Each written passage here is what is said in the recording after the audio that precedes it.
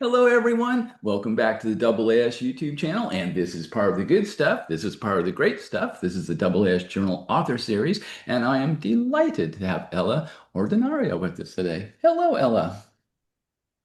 Hey everybody. Hey friends. Thank you so much for having me here today. It's Well, an honor to be part yeah, well, of the thank YouTube channel. you. Yes. Well, thank you so much. And we will get to your very awesome research note here in a moment. And let's see, Ella, what's your geolocation? Where are you at in the world? Right now I'm just at home in Toronto, Toronto. Canada. Okay. Yeah. And And yourself? well, I'm at home. This is my home office, actually. People always wonder about that blue screen, but it's actually just the blind to my window. It's nothing Oh, special. I see. Let's see. And it is August 19th of 2025 as we record this. And we are roasting appropriately in Phoenix. We're getting up into the 40, 41 Cs. It's a little grayer today, so we're going to be slightly cooler today, but yeah, it's summer in the desert. And how about you? Yeah. It's probably a little bit cooler up there in Toronto. Yeah, this entire summer has been really hot, around 30 degrees Wow. Celsius. But this week it's a bit gloomy. So we went as low as like 12 degrees yesterday. Oh, yeah. And yeah, today it's pretty nice today. Yeah, around 21 degrees Celsius. Cool. Very cool. Yeah. And Ella, what is your position? Where you study at? So I'm at York University, so I'm a research assistant in the planetary volatiles lab under Johnny Morse. And yeah, I just finished my third year of biochemistry. And yeah, so working at the lab for the summer, and we'll be continuing doing that during the school year as well. Very cool. Very cool. And Ella, what do you like to do for research? So I'm primarily doing astrobiology research. So I'm Mhm. interested in the planetary protection sort of stuff and Cool. also modeling Bioburden reductions. And yeah, that's my main interest, but I am open to like exploring more areas as I go into my fourth year. Yeah, yeah. Very nice. Very nice. And that is going to bring us to this very awesome research note. It is open access. It's the open access era, people. You can go grab a copy for free. Go get one. Bioburden reductions on the Europa Clipper spacecraft during its mega trajectory cruise to Jupiter. And Ella, take us away. Awesome. So I'm sure everyone's already familiar with Europa and Europa Clipper, so I'll just jump right into the intro. And so, yeah, I would like to acknowledge my co-authors for this paper. So Dr. John E. Morse and Grace Fishkoff. So these are my colleagues at the Planetary Volatiles Lab at York. And also we have Dr. Andrew Schruger, which is at the University of Florida. So thank you so much for my co-authors and wouldn't be able to do it without them. Very cool. Nice shout out. Nice shout out. Okay, let's go. Awesome. So yeah, to prevent decontamination of planetary bodies by Earth-based microorganisms, we basically want to minimize the amount of bioburden on a spacecraft before launch. Mhm. So even though the Europa Clipper is a spacecraft that's not intended to land, we still want to know the bioburden just in case of a crash or an unplanned landing on Europa or any other planetary bodies that it may encounter during its cruise. Good one. So during the cruise phase for the Europa Clipper spacecraft and all the other spacecrafts that are in space, the spacecraft surfaces are exposed to sterilizing conditions, um, and these contribute to the inactivation of microorganisms. Got it. So, high temperatures, pressure, vacuum, UV radiation, stuff like that. And so, Hmm. yeah, in a few years ago in 2020, Morse and Schruger developed the cruise space microbial survival model. So that's Okay. called the CPMS model. Uh-huh. Um, and so they basically calculated the bioburden reductions for past or future spacecraft Okay. um, under the direct or Venus Earth gravity trajectory, gravity assist trajectory. So Yeah. they did this already for the Europa Clipper spacecraft, but under that direct and VEEGA trajectory. I'm with you. But of course, last year the Europa Clipper spacecraft was launched Yes. in October, I believe, but it was following a Mars-Earth gravity assist trajectory, so that's mega, Uh-huh. and that wasn't considered in the previous work. And Cool. so we revised that original CPMS model to reflect the final flow and trajectory. Very cool. Um, Very. Going up a little bit, going back, why is this important? Well, we want to ensure that we don't contaminate, of course, Europa, and of course, uphold the integrity of space exploration. But Good. also, the EC spacecraft is NASA's largest spacecraft developed for a planetary mission. So that means that um, the Europa Clipper spacecraft has a lot of locations that can Right. gather microorganisms, and therefore it requires more effort to sterilize the spacecraft. So yeah, moving on to the methods. Mm. The revised CPMS model uses the same formalism as the original one in Morse and Sugar in 2020. Mm-hmm.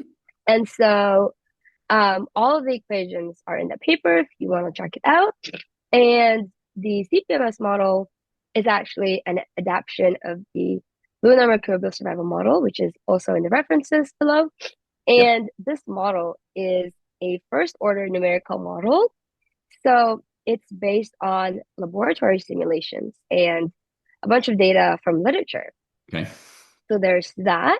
And in this research note, the CPMS model evaluates the effects of UV radiation Okay. and also the effects of temperature and vacuum synergy. So those two effects combined together. Nice. So yeah, this model is limited to one species. So that's a limitation there. Yep. Bacillus subtilis. Bacillus is a spore-forming bacteria. It's more resistant um, than non-spore forming species. So it's more resistant to the deleterious effects of space conditions. Yeah. And so yeah, that part of the model is validated. And so another thing about this model is that we define the Bioburden reductions in terms of SAL or sterility assurance levels. Okay. So that is negative 12 logs of Bioburden reduction or 10th power of negative 12. And so a bioburden is considered functionally sterilized at 1 SAL. And so yeah, the more SALs you accumulate, the higher level of sterility essentially. With you. Awesome. So we can jump right into the results. Okay. Okay. We can go to the figures directly. Yeah, let's go straight to figure one. Yeah, October 14th, 2024. So Okay, figure one. Here we go. And let's get the whole global first. Okay. Ooh, got some figures. Go ahead. awesome. So A and B shows the mega trajectory here. So figure A is just a heliocentric view, and figure B, we show here two dips, so that's just corresponding to the Mars and Earth gravity assists. Uh-huh. Yes, MGA. And if we move on over to the colorful figures down below, Okay. zoom out a little bit. Yep. Yep. Um, all four of these figures have common axes. So on the x-axis, it's the cruise time. So at 0, that's like the launch, and then it takes around 5.5 years to get to Europa. Uh-huh. Okay. Good. On the y-axis is our surface altitude. So at 0, oh, this is in degrees. So at 0 degrees, a surface is directly facing the sun, and at 90 degrees, the surface would be perpendicular to the sun, essentially. I'm with you. Yeah, if we zoom right into figure C, Okay. this is showing the solar flux. So on the color bar here, it's just the flux in Okay. watts per meter squared. Yeah. So we can see two Okay. main peaks. So again, that corresponds to the gravity assist, where spacecraft is essentially closer to the sun. Yes. So we go up to greater than 30 um, watts per meter squared. And then figure D is the corresponding bioburden reduction due to Okay. the UV radiation. So this is considering UVB and UVC. So as Okay. you can see that as more time passes, as we go from 0 to 5 years, it gets more and more yellow. That means that we're accumulating more and more bioburden reduction essentially. Right. So we can go get up to negative 1.2 times 10 to the power of 5 Okay. log reduction. Mm-hmm. All right. So this is around just over 10,000 SAL, Uh-huh. which is quite a bit for especially for the surfaces that are at 0 degrees, directly pointed to the sun. Makes sense. It gets more sunlight, so more UV radiation. So there's higher bioburden. And All then for surfaces that are obviously at 90 degrees, not directly as exposed to the sun, there's going to be less bioburden reduction. right. We don't get that stereo Sorry, my radiation. apologies. All good? You're doing great. Okay. Awesome. So here, figure E is the temperature. Just the same idea. Two Uh-huh. peaks over here. That's the gravity assist. So this Mm-hmm. is the temperature. The color bar is in Kelvin. Yes. So it can get up to 700 Kelvin, which is very, very hot. Toast. And if we move over to the right side, which is our bioburden reduction, Okay. again, same idea. The more time passes, the more sunlight it receives, the higher temperatures. And so we see that the synergistic effects of temperature and vacuum is more lethal. So this goes up to 10 to the power of 6. So Yes. this is around 2 times 10 to the power of 2.5 times 10 to the power of 6 Uh-huh. log reduction. So that's the color Cool. bar right here. Um, and this is around a 20-fold difference, right, in bioburden reductions. Yes. So we can see that obviously there's a greater bioburden due to the temperature and vacuum synergy than the UV radiation acting alone. Okay. And so, I have one question. What is meant by shallow interior? oh yes, so shallow and surface and shallow interior, just like pretty much just like the wings of the Europa Clipper. So that's not considering like, for example, just like the crevices, so like permanently shadowed regions, that's not considered. Since Ah, obviously those regions or like deep interior surfaces got won't it. receive as much sunlight, if any Got at it. all. Got it. Awesome. So yeah, so 2 times 10 to the power of 6 log reductions, that's over 200,000 SALs, which is Mm-hmm. again quite a bit of sterility assurance levels. And yeah, this far exceeds the SAL requirement, which is just one. Okay. And so we can say that the UV radiation and the temperature and vacuum synergy are sufficient for sterilizing, external and shallow internal surfaces of the EC spacecraft. I'm with you. So if we go back up to the results section, Sure. Let's slide on up. Let's get to awesome. the Just results where we were. right down here, a little bit further down, Okay. a little bit more. There we go. Deep interior surfaces. Yeah. Okay. Mm-hmm. Awesome. So for deep internal surfaces, we have this thing called the vacuum limit. So below 210 kelvins, um, temperature ceases to have a synergistic Ah, effect with a vacuum. I'm with you. So the rate of microbial reduction is only due to vacuum alone. So the vacuum is just a dominant factor. Um, and so when we did the CPMS model, when we simulated the CPMS model just for deep interior surfaces, we found that only surfaces with temperatures that are greater than 233 kelvins can receive at least one SAL. Okay. So this is, negative 1.8 logs.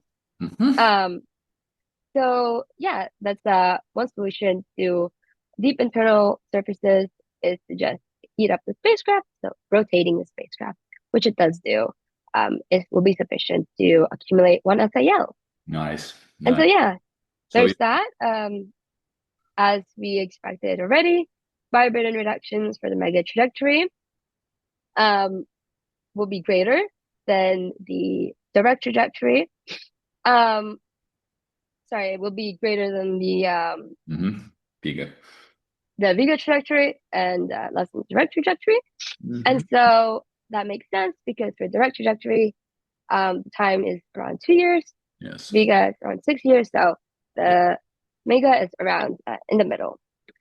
That's awesome. And yeah, using this revised CPMS model, it's very likely that there will be a small amount of viable microorganisms left on deep internal surfaces, Hmm. but no viable microorganisms for external surfaces. Very nice. And so Good. yeah, that concludes the research note. Very short and sweet. Very short and sweet, and you did an awesome job with that. Awesome. Very, Thank you. very, very good. Ella, I want to thank you so much for walking us through your very awesome research note. Very nice. Thank you. Thank you for having me. Sure. And you kind of touched on it a little bit there. And so let me push a little bit and ask, where do you think we go from here given the published research note? Might one consider more than one type of spore to consider? What if we consider 10 or something like that? So where do you think we go from here given the published article? Exactly. So, we do only consider one type of microorganism. Hmm. So, you know, future work will probably endeavor towards, validating that CPMS model to a broader range of species and a broader range of conditions. Yep. So for the original CPMS model and the original lunar microbial survival model, which the CPMS is based on, we make quite a few assumptions.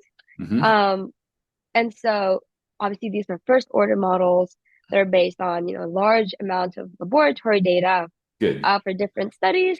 So if there was any type of new data coming out, um, for example, different parameters being explored, and that would be definitely good for the model, and that would be good to include that in there.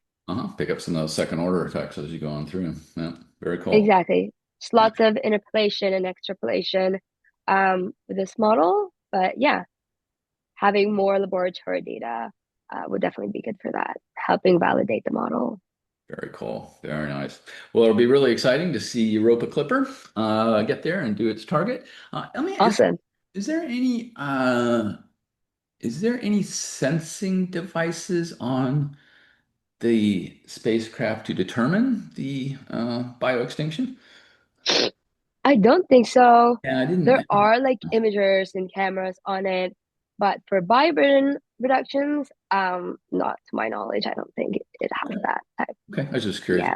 Just curious. Yeah, I think most of the instruments are for observing Europa. Yeah, very good. Very good. All right. Well, it'd be really exciting to see Europa clip there and be all Yeah, can't wait. safe and 2030, I think. because we Yeah, don't want to be spreading stuff around. That's no good. So exactly. very cool. Well, Ella, I want to thank you so much for walking us through your very lovely research note. Thanks for having me. Thank you everybody for watching. Check out the paper. Very good. And that will do, everyone. And I hope this made your Astro Bio Day just a little bit better. And we will see you on the next one. Bye bye. Bye bye.